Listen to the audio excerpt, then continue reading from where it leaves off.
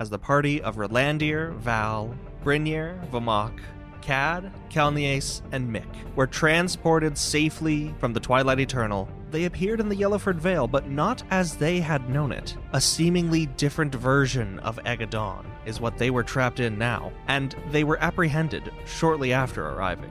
While spending not too long in jail, they met and spoke with a young man, Talik, named Dominic, who offered to elucidate the situation, if they could find him, that is. Now that Mick, still able to use magic, not being tethered to the essence of the world, picked the lock on their cell door.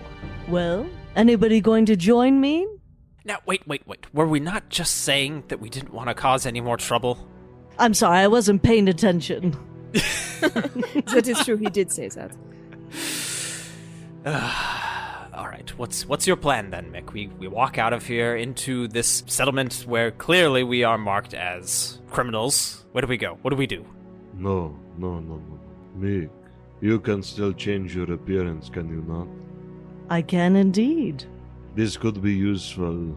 I do not think it wise for all of us to leave these cells. But if you could disguise yourself and locate where those spikes are, that would be incredibly useful. I actually think that's probably our only chance of getting them back, now that I think about it. If anything, if you can, just destroy them. They looked like they were simple Lycals inside those casings. No, if you can, retrieve them for us. They could be useful in the future. What, so we can knock each other unconscious at a whim? I was about to say, do you just need one Vamok, or do we need each of ours? It sounds like there's various abilities that it can give us. As... what was that fellow? Cedric said? I doubt very many of them are helpful to us. I think they're probably all restraining in some manner. Well, regardless, they will be in our possession, which is all we really need. And then we could decide what to do with them. Am I the only one who understands the value that these could bring to the table? No, Vamok, I understand perfectly, I think, along the lines you are going, and I agree, we should attempt to gather them. However, if we are forced out of there and we cannot retrieve them, destroying them needs to be the second option. Yes, a second option.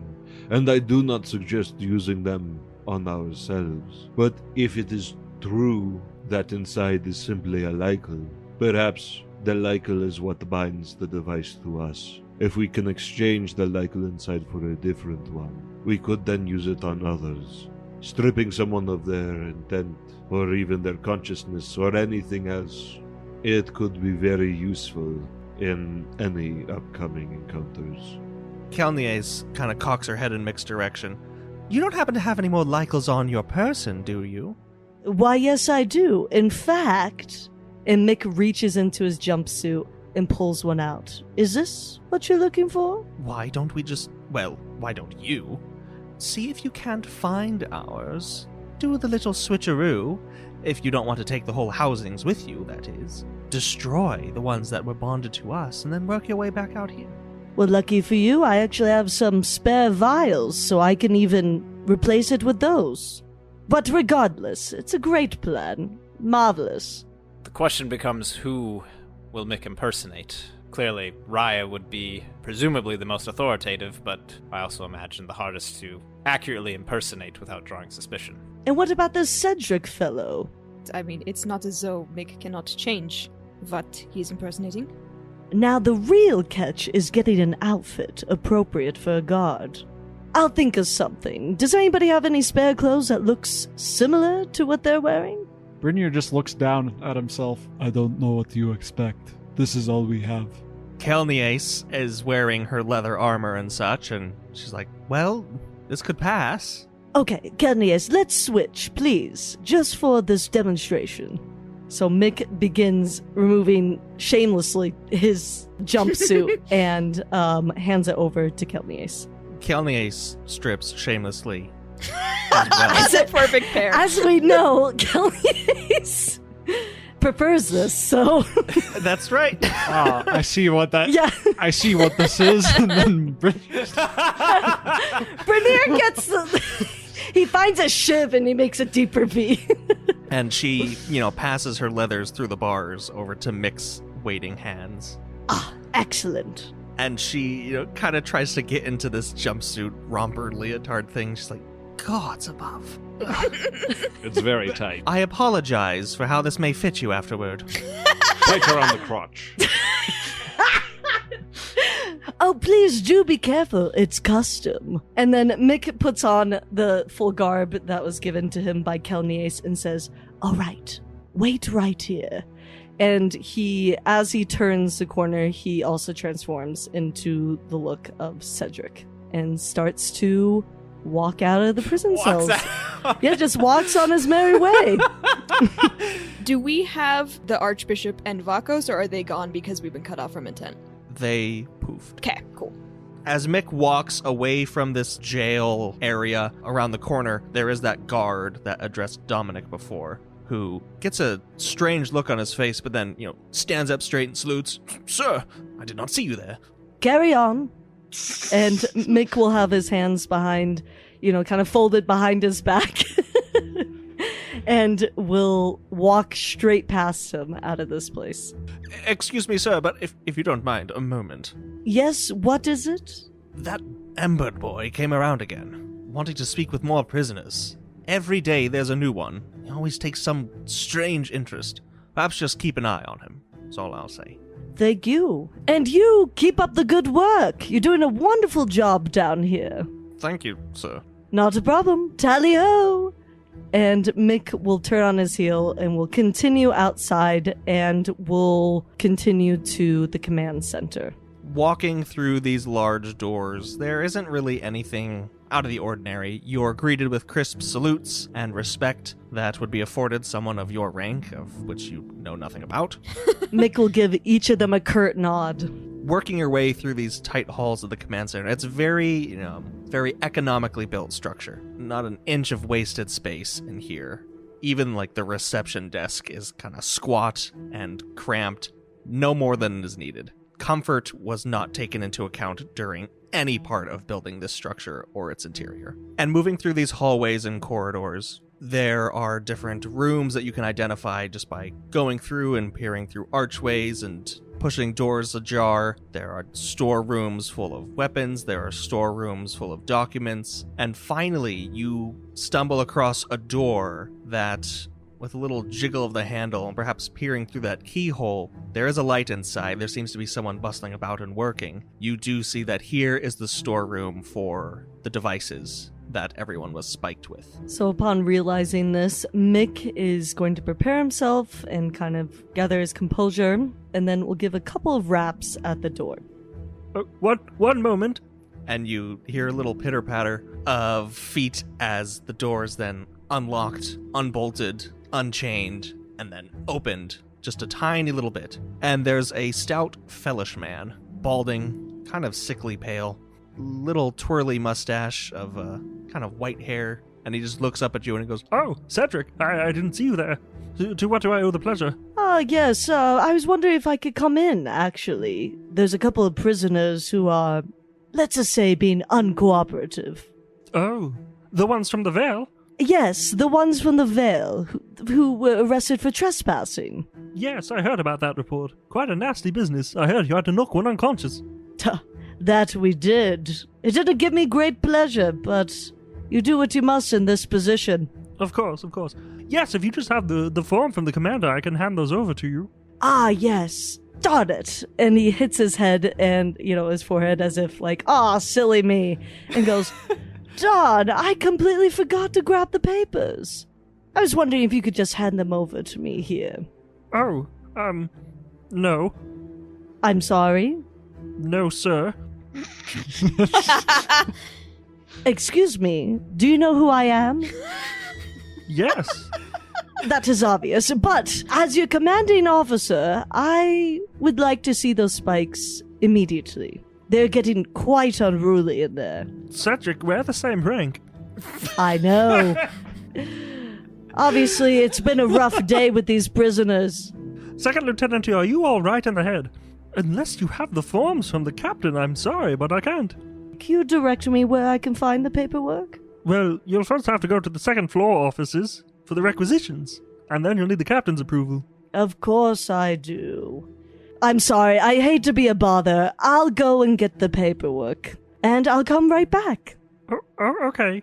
Toodaloo. Mick kind of turns around, away from the door and is kind of slightly panicky inside, but is like, well, keep it cool.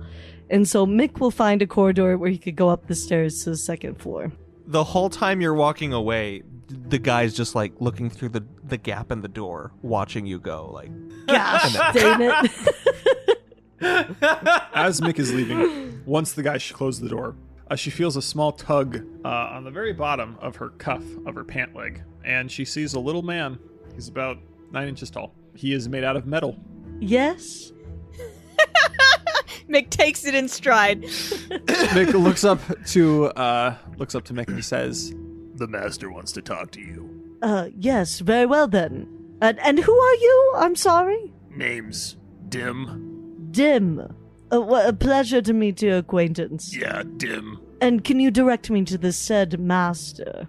Yeah, come on. And he starts pumping his tiny little legs. Not to be meta, but Mick totally looks into the camera like, what the crap is going on? Break that fourth wall. I do like to imagine that Mick thinks that he has an audience at all times and will just pick a fourth wall to break. Like, even if it's literally just behind him and no one. Yeah, pretty much. So Mick follows this man. The little man leads you probably kind of outside of the command center, past a couple of buildings, and just around the corner, where you find Dominic. Dom! Dominic steps forward and sees Cedric and is a little confused, and he gets really close and he says, "Oh, Cedric, it is so interesting to see you." And he kind of looks at Mick's leather armor and is a little confused. Like, he realizes it's not actually the uniform that those rangers use, but on the other hand, it does look like Cedric. So he's like, Tim, I told you to. Why did you bring Cedric? That is not necessary. Dim, thank you for your services. You may leave now. Did you call yourself Dim? I've told you 100 times it is Dim. Your name is not Dim. Dim means stupid. You're not stupid. You are smart and strong. And he just looks back and he says, "Okay." And Dominic grabs the little man and he puts him on his shoulder, and he's just like sitting on Dominic's shoulders, kicking his legs, little bored. Yeah. So noticing that they're in together and that it's safe to reveal himself, he goes, "Oh no, Dom, it's me." And he reveals back to his Talic form as Mick, who he doesn't know, but he recognizes the face. I'm assuming. Recognizes. And Dominic is very startled because he's never seen too much like that, so it's a little weird. But he is doing okay. He's seen magic. He knows stuff happens, so he's just like, I am sorry, team. I misjudged your efforts, and that is my fault. I will get better. Do not worry. And that little man could not care less. And so he just says, so I told you all you had to do was wait until tomorrow, and then the problem will be solved. Why are you doing this? Well, yes, you are correct that by tomorrow our problems will be solved of escaping. However, those spikes are still an issue. So we devised a plan, quite simply. And to be honest, I don't think we have much time before rumors go around of Cedric behaving quite odd. That is true, considering he left the command center about 5 minutes after you all arrived. It would be quite strange that he is back. His farm is 2 hours from town, I think. So, yes, we do have a small problem. Speaking of small problems that we might need to take care of, you do know that they will eventually go to look and see if there's someone there. What was your plan? Can I help?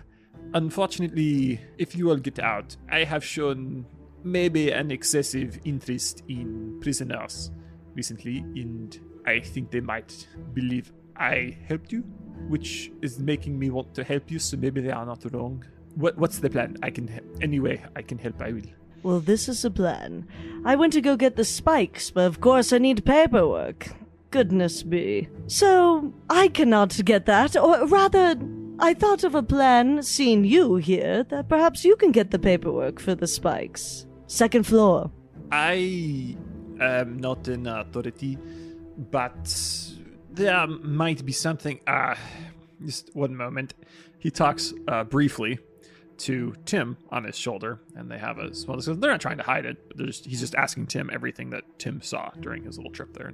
And he says, "Yes, I do not know if Cedric was the most convincing disguised Dwarf. He's fairly familiar with him, but if we could find a guard more new, and if you could converse with him, I think Tim would be able to get through the door and hopefully find your spikes. You'd have to talk for a while, though. He would have to. He's not that big. He could do maybe one at a time. Can you always change your face like that?" Yes, it's part of my nature. So who should I be? You pick. Okay, well, I think you should start off with Jean. He is not Talik like me. In fact, he's a fairly new person here, but he is embedded, so he looks like me and you. But just go, if you can keep work talking for 3 minutes, I think Tim could get a vial. Then if we just find someone else, you change again, and we go for one more. As long as they are different people, I think it is possible that we could manage to get all of them. How many do we need? It's 8. No. There were 7 of you. 7, yes. That might work, but I would be honest. If you break out of there, we need to run far and fast. It is not something that they will take lightly, and though they are currently holding you, I have no quarrel with them. I would not feel comfortable hurting them. They are just, if a little bureaucratic. Mum's a word. I understand perfectly what you mean. And so Mick with this kind of motions to Dom and Tim, and we'll start to go towards the command center and kind of, I guess you say, stealthily, so that he can get an image of what John looks like. As we're walking in, Dominic sees a guard. As he's walking out, he says, that is him, that is Jean. So go, use his face however you do, and talk to Ben. When you do so, Tim will go in, and he will break as many as he can. I think he can get all of them, but you need to keep him talking. Give him 5 minutes or so. It does not need to be so long, but enough. As he walks out, he'll pull on your leg and go with him. If you can talk a little loudly, it will be helpful because he's made of metal. It makes sound. He's small, but he's not invisible. All right, I understand my orders. So I'm going to say that I see Jean leave, and then I take upon his face and his appearance and everything, and I walk into the command center discreetly, as to avoid suspicion that Jean has actually left. Then roll performance. Yeah! Oh, 15. So Mick is gonna go in and is supposing that John's probably a lowly guard or whatever, so he's kind of just gonna fly under the radar and start to walk to the door where the spikes are held. And as he does so, he gives a couple of raps at the door. What time is it, by the way? It's pretty late now. Okay. You don't know for certain, but it is dark. Okay, good to know. Gives a couple of raps at the door. The same, sequence of unlocking, and then this stout man again appears. Oh, Private, what are you doing? I don't know, working into the midnight hour. I'm getting a little tired myself. I was wondering if how you were doing. We don't get to talk very often. No. As he starts talking, Tim is going to walk in. Stealthily? As stealthily as he can. Does Tim have a stealth modifier? I think Tim does, actually. Let me check real quick here. He does, yeah. Yeah, roll stealth for Tim. Okay. So, rolling that. So, he just got a 13 plus 19. You are able to sneak past as little Tim. Okay, and then Mick, disguised as Jean, will continue to talk to Byrne. So how are you, Byrne? These days are quite grueling. That's actually second lieutenant to you, Private. Excuse me, I'm so sorry. There must be something in the air, Second Lieutenant. I apologize for my casualness. You would have happened to see Cedric, did you? In fact, I did, actually. Just passed you a little bit ago. The lieutenant was acting strange. So are you. There's an explanation for everything. I'm feeling rather under the weather. I was wondering if it's all right with you if I could go home early. I'm not your commanding officer. Like I said, I'm very sick right now. Oh, excuse me for a second. While this is going on, please tell me what Tim is doing. Tim has entered in, and he has begun to procure the... Actually, he didn't get the names. How many sticks are in there? There are hundreds. Hundreds. Yeah, they're kind of organized, you know, where you place scrolls on a wall, so it's like the Sure. Little alcoves there. Mm-hmm. And there are a few shelves, some of them wall attached, and about 4 or 5 that are in a line at the end that one could conceivably push over. Tim, who can read, again, he's very bright. He's not dim at all. He is going to procure any sort of logbook, if there is one near. Roll investigation. 20 total, not natural. You are able to locate a logbook of sorts with the most recent entries. Tim is a pretty literal guy, so he's going to take the 8 most recent entries, and he is going to locate and then break those. And that is the extent of his orders and thus his ability. So Tim begins collecting the capsules and placing them together. You can even finish collecting the capsules if you'd like. He will finish collecting the capsules, and having gathered them all, it appears to be standard glass. His instructions were to destroy them, so he throws them off, and he just lets them shatter. Just... At this point, Byrne does whip around, and he sees Tim. As he's starting to whip around his head, Jean, or Mick rather, just grabs onto his shoulders and kind of leans all of his weight on him and goes, I'm so sick.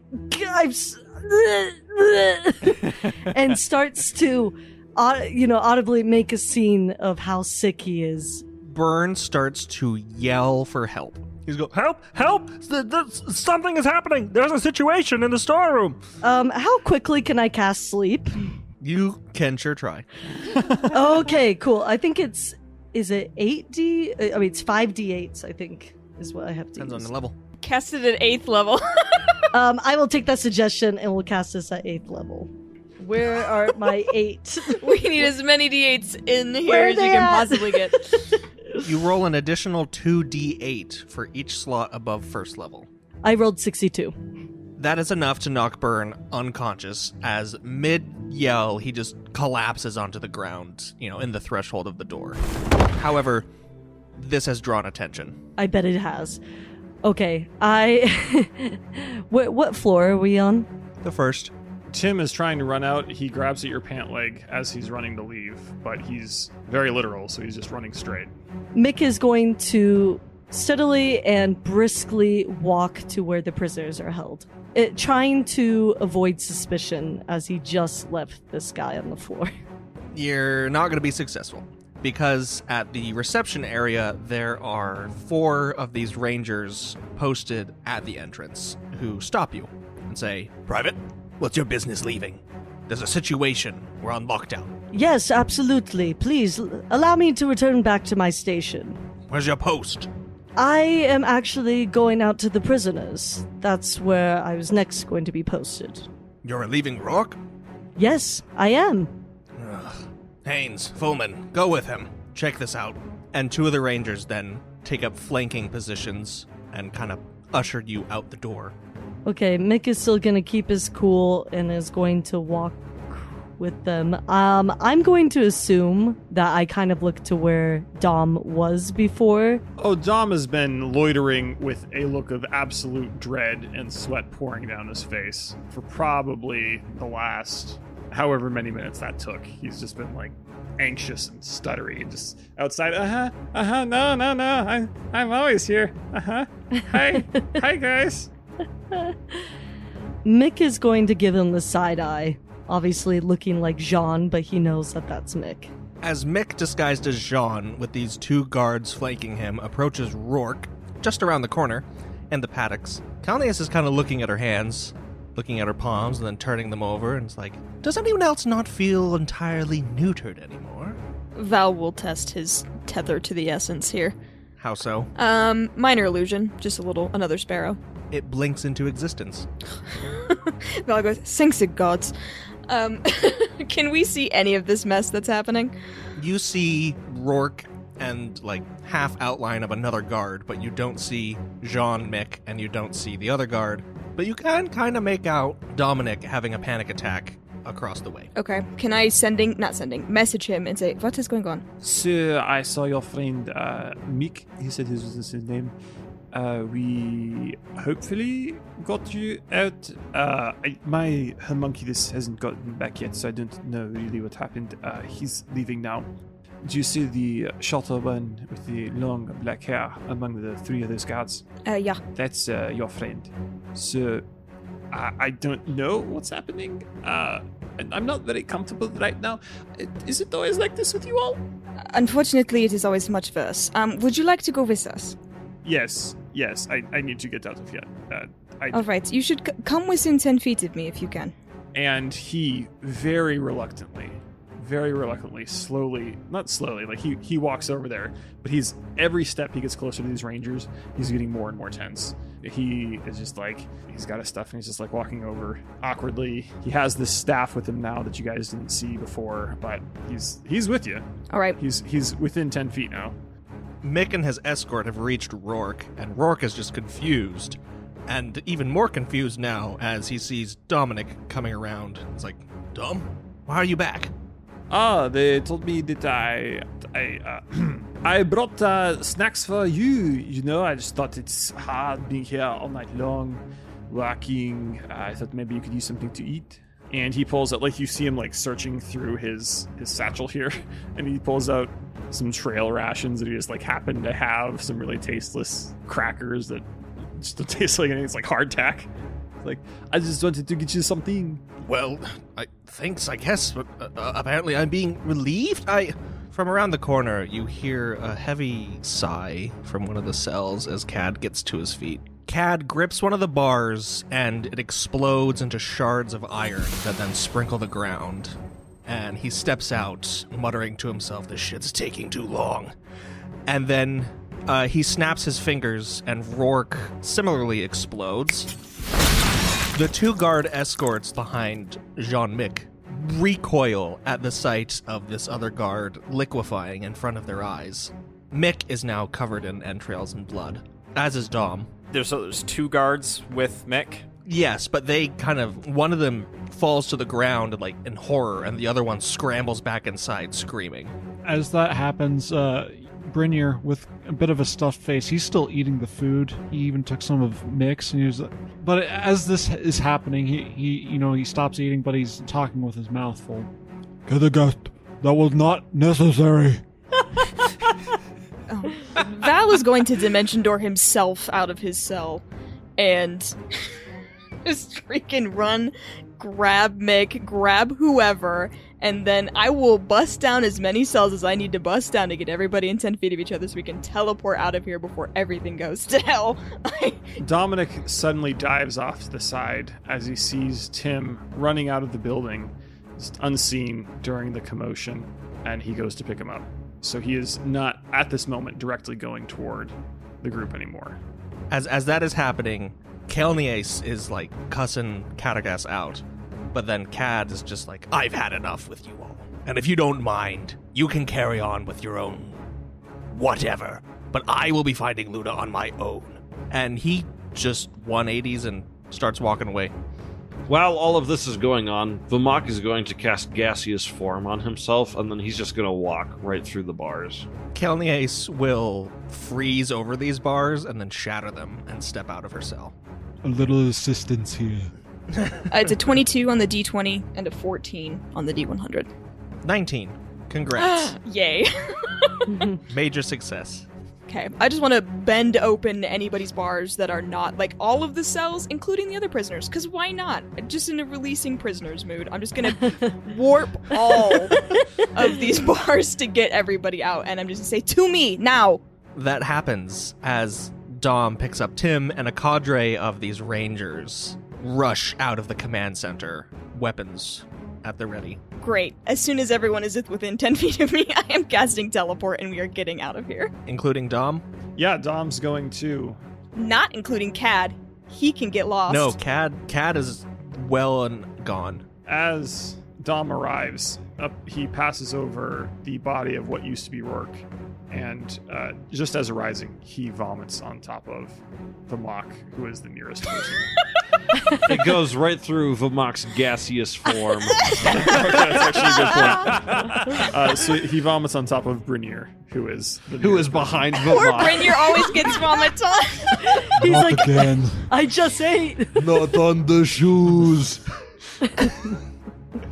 And where does Val take them? I think on instinct, Val would teleport to... This is going to be a major jump, but I think his instinct would be to teleport them to, like, Udaelo, or where it would be in this world. Do you want me to roll the target, or do you want to... I'll let you. I know it says the GM rolls, but I like it. When it's my we own seal fault our own for fate, yep. blasting us all to pieces. This is how we die. It was a 21. Okay. All right. So you are probably traveling at least, I'm going to say 1,500 miles. So you are 20% off. 20% of 1,500. I'll take it. It's going to be 300 miles. You are 300 miles off target. Okay. In a due east direction, which puts you, funnily enough, and the crown of Aegedon, which is the tallest mountain peak in the world.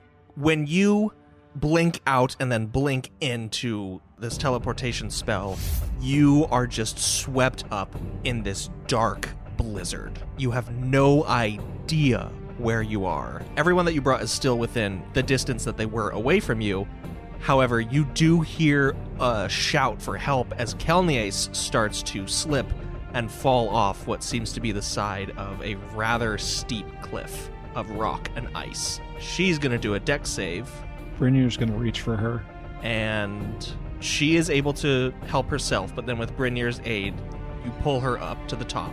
And you are looking off into just it's, I would say whiteout, but there's absolutely no light. It's a pitch black blizzard at the peak of a mountain.